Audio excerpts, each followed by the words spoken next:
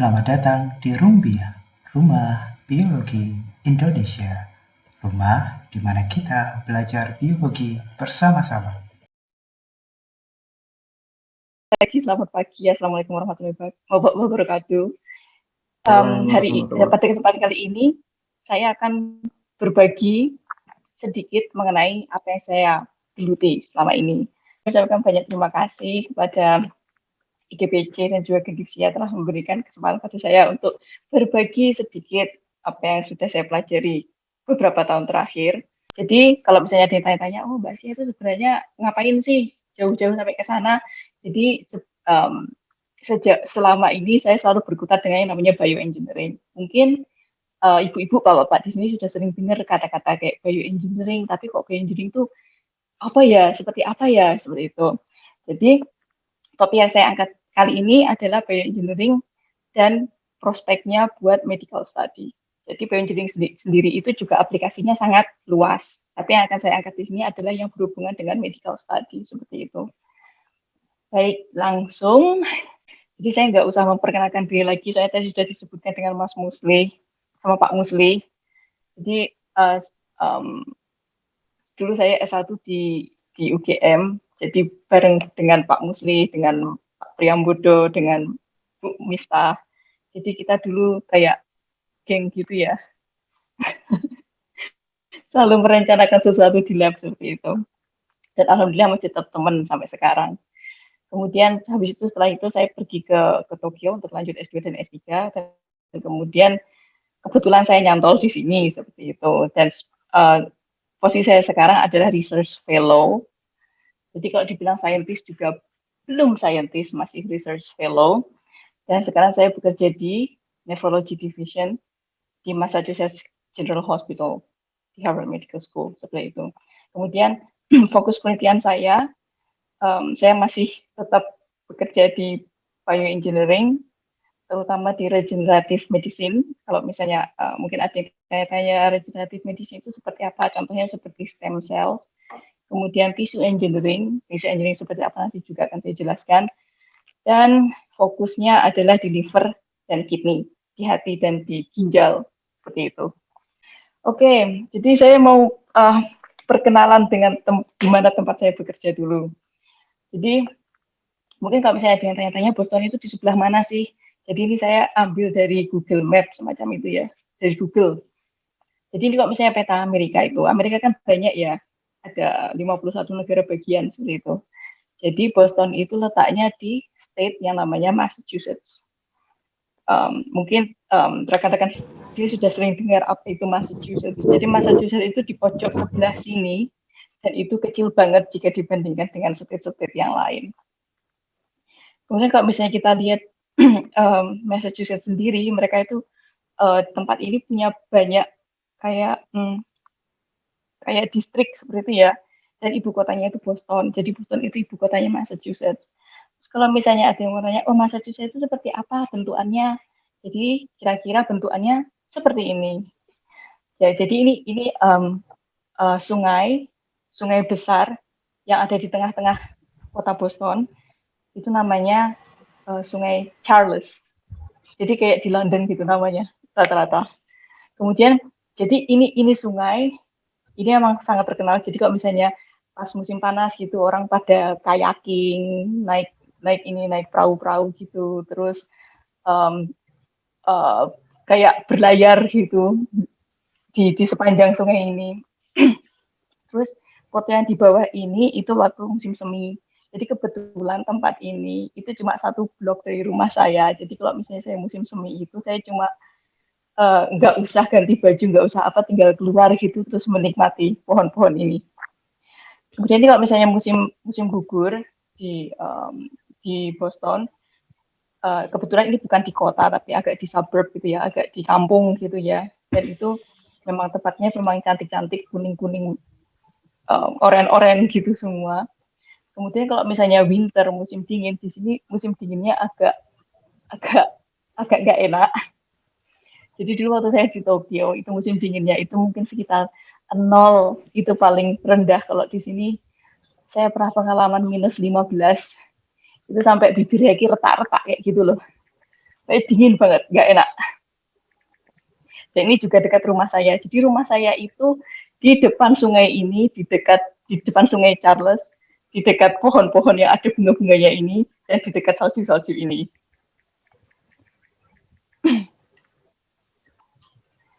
Oke, terus kalau misalnya ada yang pengen tahu sedikit mengenai Boston, sebenarnya Boston itu tidak seterkenal seperti California atau New York seperti itu ya, tapi sebenarnya tempat ini sangat bersejarah. Saya pribadi saya suka tempat-tempat bersejarah seperti itu ya. Jadi kalau misalnya ada yang kadang suka membaca buku tentang sejarah terus ngobrol tentang Boston itu mesti ada hubungannya dengan Independence Day. Kemudian mereka juga punya banyak museum, punya banyak tempat-tempat yang historical kayak gitu ya. Terus mereka juga sangat menyukai baseball. Kemudian karena ini Boston, karena ini Massachusetts, mesti di semua pikiran yang ada di sini mesti, oh Massachusetts itu MIT atau gimana? Iya, itu MIT. Jadi MIT dengan Harvard itu sebelahan, dan itu di seberang sungai. Kemudian yang mungkin yang suka nonton Marvel, jadi ada mas-mas yang namanya Captain America, jadi bapak ini aslinya dia dari Boston, seperti itu. Oke, so sekarang saya akan sedikit memperkenalkan tentang Harvard University. Jadi Harvard University itu seperti apa ya? Jadi tempatnya itu memang luas dan mereka itu punya banyak school. Jadi ada Harvard Law School, ada Harvard Economic School, terus ada Harvard Medical School, terus ada Harvard College. Jadi yang college itu buat para S1. Jadi kalau misalnya buat para peneliti atau S2, S3 itu perginya ke yang school-school seperti ini. Dan sekolahannya itu sebenarnya besar tapi nggak sebesar sekolah-sekolah kayak di Indonesia seperti itu. Tetapi menariknya adalah mereka punya banyak sekali institut riset. Contohnya seperti Harvard Medical School, sekolahannya itu cuma satu blok kecil dan riset centernya yang ada di sekolahan itu cuma beberapa aja. Sisanya itu di rumah sakit dan research center di seluruh Boston seperti itu. Dan itu macam-macam. Salah beberapanya itu yang saya list di sini. Salah satunya juga tempat saya bekerja, which is itu rumah sakit seperti itu. Itu belum termasuk yang kerjasama dengan MIT seperti Harvard MIT Health Science Technology sama Broad Institute seperti itu. Jadi itu se-Boston ini, itu yang saya kasih merah-merah itu institutnya punyanya Harvard Medical School. Jadi kebetulan itu cuma lari 20 menit nyampe. Oke. Oke, sekarang saya langsung masuk ke materi aja, nggih. Jadi kalau misalnya ada yang bertanya kayak oh bioengineering itu apa sih kayak gitu. Jadi bioengineering itu adalah salah satu disiplin ilmu yang menggunakan ilmu-ilmu engineering buat yang diaplikasikan ke biological system. Jadi bioengineering sendiri itu juga dia multidisciplinary seperti itu. Jadi saya bikin bagian di sini. Jadi itu kayak seperti menggabungkan banyak sekali disiplin seperti engineering, chemistry, biology, math, medicine seperti itu. Jadi bioengineering itu tidak pernah dalam risetnya itu dia bekerja kayak engineering sendiri atau gimana, itu mesti selalu kolaborasi, itu mesti selalu dalam skop yang sangat besar seperti itu. Kemudian sering orang bertanya-tanya, oh bioengineering apa sih bedanya dengan bioteknologi, sama atau enggak gitu bioengineering dengan bioteknologi. Mungkin dari beberapa teman-teman di sini mungkin juga pernah dengar, oh iya saya juga pernah dengar yang namanya biomedical engineering. Apakah itu sama seperti bioengineering atau enggak? Seperti itu. Jadi kalau misalnya secara konsep ya, kalau sepengetahuan saya sebagai seorang bioengineer itu ada bedanya dengan bioteknologi. Walaupun dalam prakteknya bioengineering dan bioteknologi itu tidak pernah dipisahkan. Jadi selalu ada overlap seperti itu. Tapi secara konsep slightly different seperti itu. Jadi kalau misalnya bioteknologi, mungkin rekan-rekan sini sudah sangat familiar ya. Bioteknologi itu jadi kita memanipulasi organisme atau biological system untuk menghasilkan suatu produk. Contohnya adalah yang paling gampang fermentasi. Jadi kita utek-utek itu living organism, sistem biologi untuk membuat sesuatu sesuai keinginan kita. Kemudian contoh yang lebih modern, contohnya adalah rekombinan human insulin seperti itu. Jadi dimanipulasi genetiknya seperti itu, terus dimasukkan ke dalam yeast contohnya, jadi yeastnya bisa menghasilkan insulin. Ini kan sudah umum ya, di mata kuliah mana aja biasanya sudah disampaikan ini. Nah, kemudian bedanya dengan bioengineering itu seperti apa? Kalau bioengineering itu konsepnya bedanya di sini. Jadi bioengineering itu menghasilkan sesuatu, membuat sesuatu berdasarkan dengan menggunakan prinsip engineering seperti itu, yang bisa diaplikasikan ke makhluk hidup. Jadi kita nggak begitu banyak mengutik-ngutik makhluk hidupnya, tapi kita mengutik-ngutik tools yang digunakan ke makhluk hidup tersebut. Contohnya seperti kultur. Yang paling klasik adalah kultur, sistem kultur. Jadi contohnya kalau misalnya teman-teman di sini ada yang bekerja dengan sel, terus nyoba-nyoba obat atau gimana, terus ada yang namanya kultur di petri dish. Nah, itu adalah yang paling gampang dari example, paling gampang dari bioengineering. Kalau yang lebih modern itu banyak. Contohnya adalah drug delivery sama organochip. Organochip itu apa, Mbak? Nanti akan dijelaskan. Nah, kemudian biomedical engineering itu di sebelah mana seperti itu. Jadi bioengineering itu bagian dari biomedical engineering itu bagian dari bioengineering, tetapi riset-risetnya itu lebih ke clinical, yang langsung ke trial human seperti itu atau diaplikasikan ke human seperti itu. Nah, seperti yang sudah saya sebutkan tadi, sebenarnya bioengineering dan bioteknologi itu selalu overlap. Contohnya adalah yang paling gampang adalah CRISPR-Cas9. Jadi teknologi ini at some point bisa jadi bioengineering, at some point bisa jadi biotechnology. Jadi tergantung dari pengaplikasiannya. Contohnya, kalau CRISPR-Cas9-nya itu menghasilkan produk, contohnya seperti menghasilkan lebih banyak sel maristem buat kultur ya, buat kultur tumbuhan seperti itu maksudnya CRISPR-Cas9 masuk ke bioteknologi. Tapi kalau misalnya kita menggunakan CRISPR-Cas9 untuk contohnya adalah untuk memodel penyakit atau memodel kelainan genetik seperti itu di suatu kultur, itu jatuhnya bioengineering seperti itu. Mudah-mudahan di sini nggak bingung ya. Oke, selanjutnya adalah sebenarnya bidang-bidang apa sih yang dicakup oleh bioengineering sendiri? Sebenarnya banyak sekali, tapi di sini saya mengkategorikan berdasarkan gimana ya, kayak disiplin ilmu yang paling dominan seperti itu dan pengaplikasiannya. Jadi ada scientific biology, ada biological imaging, chemical, biomolecular, biodevice, sama biomechanics. Terus seperti apa penelitian yang masuk ke dalam kategori-kategori ini? Nah, contohnya adalah seperti ini. Bioinformatics ini sudah sangat familiar buat peneliti di Indonesia untuk menggunakan bioinformatics itu. Kalau di bioengineering itu bisa masuk ke scientific biology. Kemudian biological imaging itu seperti apa nanti saya jelaskan. Chemical bioengineering itu banyak main ke drug delivery sama biomaterials. Kayak biomolecular engineering contohnya seperti CRISPR-Cas9 seperti itu.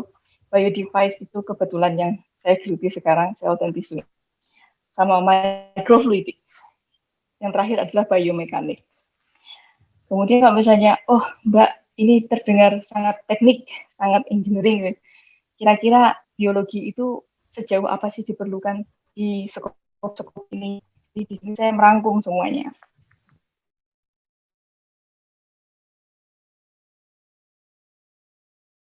Ini perlu, tapi komputer saya juga harus kuat, karena nanti berhubungan dengan coding. Biological imaging, physics, dan computer science-nya harus kuat, karena mereka harus menganalisis kayak gelombang magnetik dan whatever itu ke sistem biologi. Buat chemical bioengineering itu banyak teman-teman saya dari chemistry. Untuk biomolecular engineering sendiri itu juga banyak teman-teman dari biologi, tapi banyak juga dari chemistry. Untuk bio device kebanyakan dari orang-orang teknik. Jadi saya kerjanya dengan teman-teman yang basic tekniknya itu kuat. Biomechanics apalagi ini adalah bioengineering yang nggak ada biologinya sebenarnya.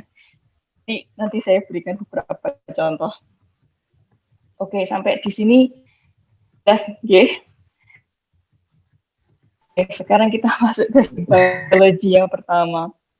Jadi scientific biology intinya adalah rekonstruksi desain ulang biologi sistemnya menggunakan programming language seperti itu. Jadi contohnya seperti apa kalau misalnya like synthetic biology kayak gitu. Contohnya adalah sintesis DNA dengan gen. Kemudian yang kedua itu adalah biobrick. Biobrick itu sangat banyak dipakai buat orang-orang sintetik biologi karena itu isinya urutan DNA yang sesuai dengan standar perakitan enzim restriksi. Jadi ini dikembangkan sama orang-orang dari Cambridge, dari MIT. Paling umum adalah modeling. Jadi contohnya seperti simulasi transkripsi atau desain protein. Jadi mungkin buat teman-teman di sini yang selalu berkutat dengan bioinformatik akan sangat familiar dengan synthetic biology. Jadi contoh yang saya angkat adalah produksi PNP. Jadi PNP itu plant jadi yang dihasilkan oleh tanaman itu PNP. Nah, jadi PNP sendiri itu kan banyak digunakan untuk membuat contohnya seperti produksi obat seperti itu. Tapi PNP sendiri, karena itu dihasilkan oleh tanaman, kadang menumbuhkan tanaman itu kadang membutuhkan waktu lama atau seperti apa gitu. Jadi untuk kepentingan industri, itu kalau bisa cari alternatif yang lebih cepat dan lebih gampang. Dan synthetic biology itu mensimulasikan proses seperti metabolisme dari produk-produk tanaman tadi itu ke supaya bisa diaplikasikan ke source yang lain seperti itu. Jadi contohnya di sini karena tanaman itu kan agak lama ya kalau misalnya dibandingkan seperti bakteri atau seperti itu. Jadi di sini synthetic biology mereka berusaha untuk mentrace seperti signal like a signal metabolism signal dari suatu alkaloid seperti itu ya. Jadi banyak optionnya seperti itu. Dan mereka biasanya menggunakan ini, menggunakan semacam aplikasi. Contohnya adalah Metasig. Metasig ini buat mentrace signaling proses. Walaupun kita bisa tahu mentrace signal prosesnya seperti apa, kadang kan nggak berhasil gitu ya pas dicoba. Jadi kita bisa analisis enzim. Jadi enzim apa aja yang bekerja selama signaling proses itu, dan itu mereka sudah ada database ya, mereka menggunakan PlentySmash contohnya di sini. Nah, jadi kalau misalnya kita sudah mensimulasi, oh ternyata signal prosesnya sebelah sini, sinyal transduksinya seperti ini, kemudian enzimnya seperti ini, kemudian dibandingkan dengan tanaman yang sebenarnya. Jadi karena kita sudah tahu enzimnya seperti apa, jadi kita sudah bisa merekonstruksi DNA-nya seperti apa, kemudian dicobakan ditanam ke yeast atau bakteri seperti itu, kemudian dibandingkan dengan produk yang dihasilkan oleh tanaman yang asli, kemudian dilihat profilnya, contohnya seperti itu. Contoh sederhananya masih banyak, mungkin teman-teman di sini juga pernah baca-baca tentang synthetic biology. Oke, kemudian yang selanjutnya adalah biological imaging. Jadi biological imaging ini biasanya mereka membuat sebuah tools atau instrumen yang bisa mengimage sistem biologi. Contoh yang paling gampang aja itu adalah mikroskop. Mikroskop itu paling gampang. Dan Yang kedua yang saya ambil contohnya adalah ultrasound imaging. Jadi buat mungkin ibu-ibu di sini sudah sangat familiar dengan yang namanya ultrasound imaging. Jadi ultrasound imaging itu pencitraan dengan berdasarkan pantulan um, gelombang suara. Jadi seperti apa? Ini saya cuma ngasih seperti summary ini. Mereka punya seperti alat supaya itu yang dapat mengeluarkan getaran suara, dan getaran suaranya biasanya 20 kHz seperti itu. Kemudian getaran suara ini ketika sampai ke tubuh kita itu akan dipantulkan oleh organ-organ tubuh kita, dan itu pantulannya itu berbeda hasilnya. Jadi pantulannya ini yang namanya acoustic impedance seperti itu. Jadi value-nya memang berbeda-beda. Contohnya seperti ini. Jadi buat kalau misalnya kita ultrasound ke otak atau ke tulang atau ke organ-organ yang lain, itu nilainya berbeda. Jadi pantulannya berbeda. Kemudian masuk ke amplifier, kemudian masuk ke data acquisition yang akan diinterpretasikan sebagai image seperti ini. Nah, kemudian gimana tuh caranya kok bisa suara bisa diinterpretasikan sebagai gambar? Nah, itu biasanya mereka pakai algoritma. Algoritmanya banyak. Salah satunya adalah yang di sini total focusing method. Jadi total focusing method ini dia menangkap acoustic impedance dari organ-organ tubuh kita, namanya itu region of interest, kemudian di-convert sebagai pixel. Kemudian kita bisa melihat gambar ini. Nah, ini convertnya ini algoritmanya juga banyak, jadi saya tidak akan menjelaskan tentang algoritma. Oke, itu buat biological imaging. Kemudian contoh selanjutnya adalah buat chemical bioengineering. Jadi chemical bioengineering itu kebanyakan risetnya adalah untuk mengkonstruk molekul atau materials yang dapat diaplikasikan ke biosistem. Contoh yang paling gampang adalah microneedles, mungkin teman-teman di sini pernah dengar, atau delivery, drug delivery. Jadi buat microneedles itu, jadi ini buat mungkin pasien-pasien yang takut dengan jarum suntik kayak gitu ya. Jadi mereka menggunakan ini patch yang banyak sekali duri-durinya, which is ini sebenarnya needle. Kemudian jarum-jarum mini ini tadi itu biasanya mereka terbuat dari polimer. Kemudian polimer tersebut mengikat senyawa lain. Contohnya di sini adalah insulin. Jadi ketika ditempel di kulit seperti itu, insulinnya itu akan dilepas ke dalam tubuh ya, karena di sini polimernya itu diinduksi oleh keberadaan glukos yang ada di dalam darah. Jadi ketika bersentuhan dengan glukos, insulinnya langsung keluar seperti itu. Kemudian contoh selanjutnya adalah drug delivery. Kan kadang kalau misalnya kita obat itu kan kadang tidak sifatnya kadang tidak sesuai target. Contohnya adalah obat-obat buat cancer seperti itu. Jadi gimana caranya supaya delivery-nya tadi itu bisa sesuai target ke sel-sel cancer, itu biasanya obatnya dilapisi dengan nanocarriers.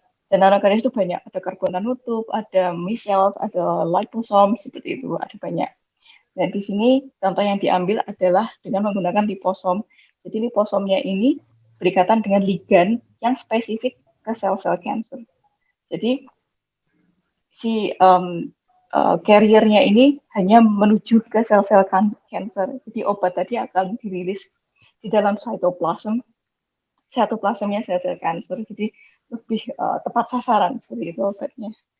Dan kemudian saya awalnya tertarik dengan penelitian ini, terus saya memutuskan tak ngambil kelasnya gitu. Dan ternyata setelah saya ngambil kelasnya itu tidak seindah yang saya bayangkan seperti itu. Jadi emang banyak hitung-hitungan dan lain sebagainya, dan saya memang basicnya bukan hitung-hitungan ya. Jadi ini PR saya waktu masih master, dan PR-nya itu dijadikan ujian akhir. Jadi agak berat gitu. Kemudian pengawasnya itu profesornya bilang, gimana bisa ngerjain nggak? Nomor 2 itu ada jawabannya nggak? Terus kita cuma lihat-lihatan gitu. Mana kita tahu Pak, ternyata bapaknya juga nggak bisa ngerjain. Ya lucunya di situ. Oke, selanjutnya adalah biomolecular engineering. Jadi ini contohnya adalah seperti memanipulasi gen atau DNA seperti itu. Contoh paling nyata adalah CRISPR-Cas9. Dan itu seperti apa nanti akan dijelaskan oleh Mbak Muawanah ya, presenter selanjutnya. Jadi ini akan saya skip. Oke, selanjutnya adalah biodevice. Biodevice itu jadi kita di bioengineering yang menghasilkan suatu seperti device itu apa ya? Tools yang dengan tools itu, dengan device itu kita bisa menginspeksi suatu living organism. Contohnya biosensors sama organ on chip. Jadi organ on chip itu apakah seperti chip-chip komputer? Ya semacam itulah, cuma bedanya kalau misalnya chip-chip komputer itu kan siliko ya, terbuat dari silikon, ini siliko ya. Yang ini dia menggunakan silikon, tapi bukan silikonnya Silicon Valley, bukan silikonnya komputer, tapi ini silikon yang lebih biomaterial, seperti itu. Nah, jadi di dalam organ on chip ini, di dalam chipnya ini, itu ditumbuhkan sel-sel. Contohnya di sini, di video ini adalah heart on chip, jadi ini ada sel jantung di sini ya. Jadi selnya itu di mana? Selnya itu di dalam chip ini. Jadi ditumbuhin di dalam chip ini. Kemudian tujuannya organ on chip itu buat apa sebenarnya? Itu banyak aplikasinya. Salah satunya adalah buat preclinical trial. Karena riset sekarang kan mereka berusaha untuk mengurangi penggunaan animal sebagai ini ya, sebagai objek tes. Karena animal sama human itu kan beda, walaupun kadang animal itu bisa representasi dari human system, tapi itu beda, tetap ada beda spesies di situ. Kemudian karena banyak orang yang sekarang sudah mulai komplain kayak animal welfare atau apalah itu, jadi pindah shifting ke model-model yang seperti ini, yang bisa menggunakan sel-sel manusia, contohnya seperti itu. Kemudian jadi misalnya kita punya obat atau apa itu diteskan di sini. Jadi sudah nggak di hewan lagi. Seperti itu. Kemudian chip ini kalau misalnya disambungkan dengan beberapa generator seperti yang digambar, itu dapat mensimulasi seperti contohnya seperti peredaran darah atau peredaran contohnya peredaran darah seperti itu. Jadi benar-benar mimik sistem yang ada di dalam tubuh manusia seperti itu. Oke, kemudian selanjutnya adalah biomekanik. Biomekanik ini seperti yang sudah saya sebutkan tadi, ini yang paling yang nggak ada biologinya sama sekali. Jadi contohnya adalah organ prostetik dan robotic surgery. Jadi mereka memang benar-benar bikin robot yang berdasarkan dengan organ manusia seperti itu ya. Jadi di sini organ manusia itu hanya sebagai model, contohnya di organ prostetik ini. Jadi mereka bikin di contoh ini mereka bikin tangan prostetik seperti itu ya. Terus mereka meniru-niru seperti tulang-tulang sendi-sendi yang ada di manusia. Kemudian mereka coba melihat presisinya gitu, trajektorinya, organnya, tangan prostetiknya itu seperti apa sesuai dengan tangan manusia atau enggak, seperti itu ya. Kemudian contoh selanjutnya adalah robotic surgery. Jadi sudah banyak yang buat, mungkin kalau misalnya teman-teman di sini ada yang dokter, physician, dan surgeon seperti itu ya, itu mesti nggak asing lagi dengan alat-alat seperti ini. Contohnya adalah Da Vinci seperti itu. Jadi ini saya tidak menjelaskan lebih dalam. Oke, sekarang saya mau cerita sedikit aja dengan riset saya. Jadi sebelumnya seperti yang saya sebutkan tadi, saya sebelumnya ada di Tokyo. Kemudian saya pindah ke Harvard. Ketika di Tokyo saya bekerja di lab yang kebetulan labnya itu kerjanya memodel organ dan sistem yang ada di tubuh manusia seperti itu. Jadi kita punya 30 member. 30 member itu banyak. Lab-labnya lumayan besar. dan rasio mahasiswa dan penelitinya itu 4:1, jadi lebih banyak mahasiswanya daripada penelitinya. Kemudian tempat saya yang bekerja sekarang itu lebih bekerja ke model juga, tapi kita modelnya model ginjal. Kemudian kita cuma punya 7 orang, tapi dari 7 orang itu semuanya adalah researcher. Kadang-kadang kita dapat mahasiswa seperti itu. Jadi dengan jumlah yang sama, kecepatan laju, kecepatan untuk menghasilkan publikasinya itu sama. Jadi jumlah publikasi yang dihasilkan tiap tahun itu antara dua lab ini sama.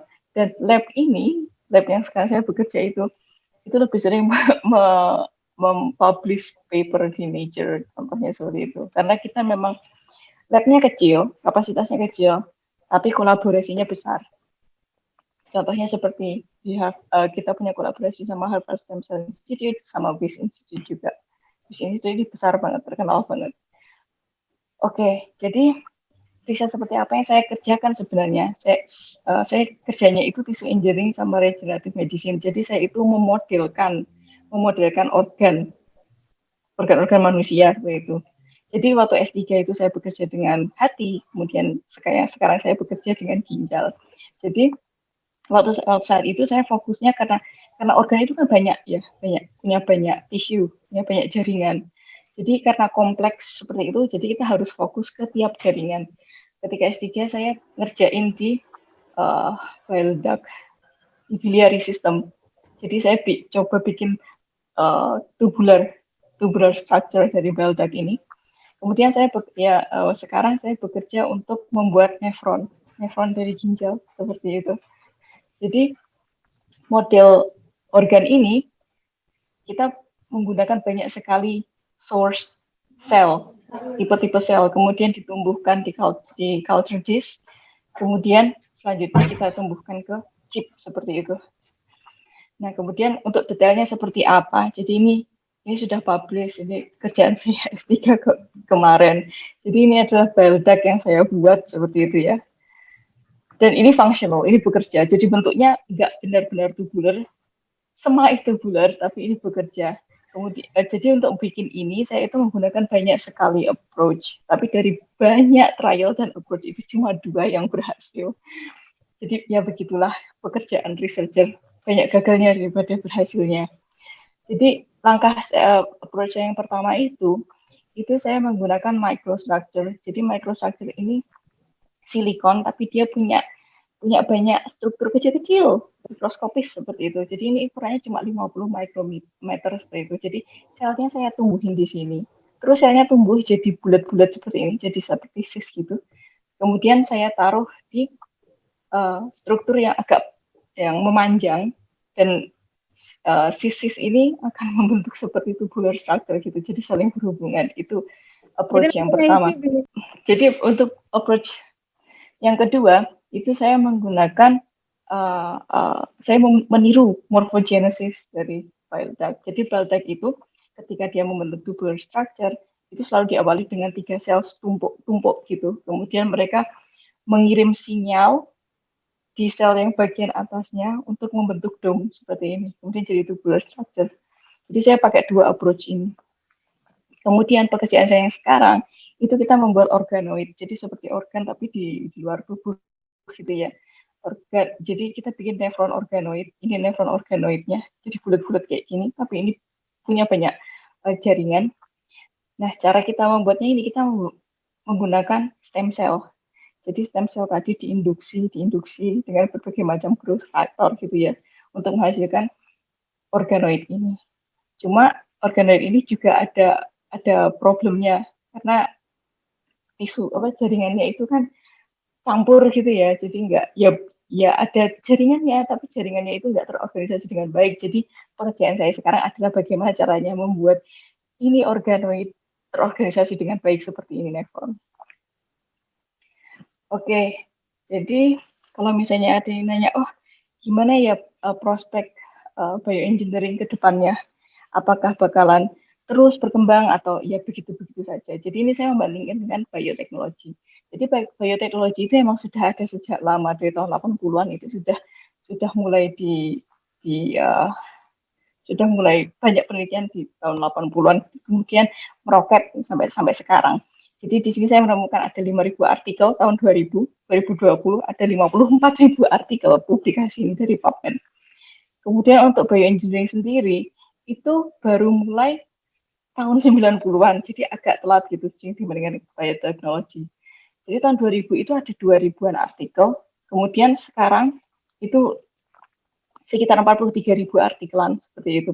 Jadi memang bioteknologi lebih banyak publikasinya, karena memang sudah start dari awal jika dibandingkan dengan bioengineering. Tapi untuk medical science, jadi saya di sini cari yang buat clinical trial. Buat bioteknologi, karena bioteknologi itu kan luas ya, nggak cuma buat medical science, tapi juga buat hewan, buat tumbuhan, buat macam-macam. Itu ada 2007 artikel untuk clinical trial, which is for medical science. Nah, buat bioengineering sendiri, itu ada sekitar 3.000 artikel. Jadi, mereka lebih banyak punya artikel yang berhubungan, riset yang berhubungan dengan medical science. Kemudian, kok bisa sebanyak itu? Apa banyak sekali institusi yang bekerja di bioengineering? Sebenarnya sudah banyak. Jadi banyak universitas, banyak institut yang bekerja di bioengineering. Cuma sayangnya bioengineering itu rata-rata hanya ada di institusi-institusi yang besar.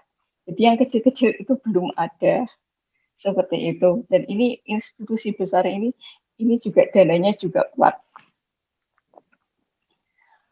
Oke, kemudian bioengineering itu awal-awalnya juga saya mikirnya wah bioengineering itu keren ya seperti itu.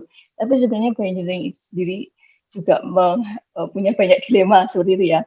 Contohnya adalah karena bioengineering itu adalah interdisciplinary studies.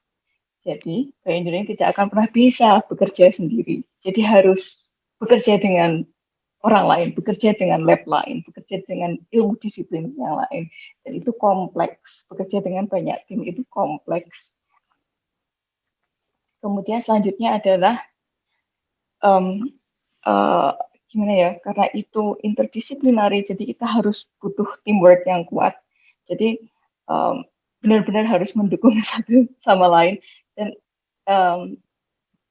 this field of study itu benar-benar membutuhkan extensive experience.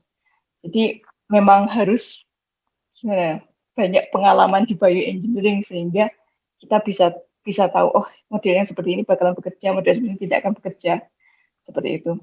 Kemudian karena ini bioengineering yang seperti yang sudah saya jelaskan tadi, itu kebanyakan risetnya itu memang membutuhkan dana yang besar. Dan itu biasanya hanya sanggup dilakukan oleh institusi yang besar. Dan banyak dari bioengineering itu yang butuh waktu panjang hanya untuk membuat satu buah model. Jadi memang benar-benar teamworknya memang harus kuat. Dan kemudian kadang produknya itu tidak realistik. Contohnya di sistem biologi, di synthetic biology, karena itu modeling, karena itu simulasi. Kadang menurut algoritmanya mereka itu, oh ini sudah ideal gitu. Tapi di dalam kenyataannya di Nature itu model proteinnya seperti itu sebenarnya tidak ada seperti itu. Oke, ini sudah saya jelaskan didominasi oleh big institutes. Iya. Nah, kemudian karena kita sudah banyak ngomong tentang bioengineering di luar negeri, sekarang kita bertanya kira-kira bioengineering bisa nggak ya jalan di Indonesia seperti itu. Saya sempat cari-cari institusi yang membuka jurusan bioengineering di Indonesia. Kebetulan saya nemu ada dua, di ITB sama di ITS.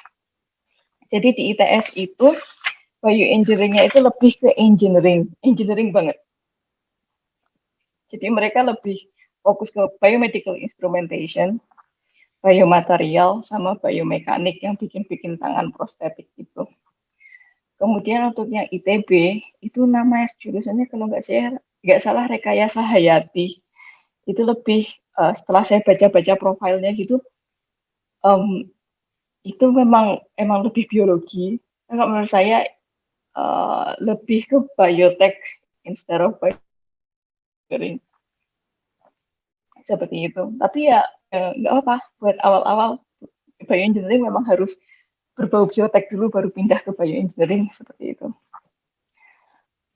Kemudian karena banyak sekali challenge di bioengineering terutama di Indonesia, kalau misalnya di aplikasi di Indonesia sepertinya tidak mungkin atau gimana gitu. Sebenarnya mungkin buat di Indonesia kita bisa mulai dari awal seperti itu, tapi gimana caranya?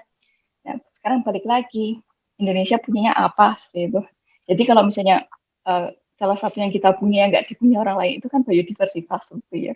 Jadi ada baiknya kalau kita ingin menggeluti bioengineering, kita ingin mengembangkan bioengineering, itu yang fokus dengan what we have, which is biodiversity, yang itu nggak dimiliki oleh negara lain, seperti itu. Kemudian orang-orang Indonesia itu kreatif loh, kreatif banget. Saya di Jepang itu frustrated karena mereka selalu gimana ya, selalu mengikuti aturan. Jadi apa-apa harus sesuai aturan. Orang Indonesia itu kreatif, mereka selalu menemukan cara-cara, trik-trik khusus supaya selesai, supaya goalnya tercapai seperti itu. Jadi orang Indonesia kreatif, gunakan itu.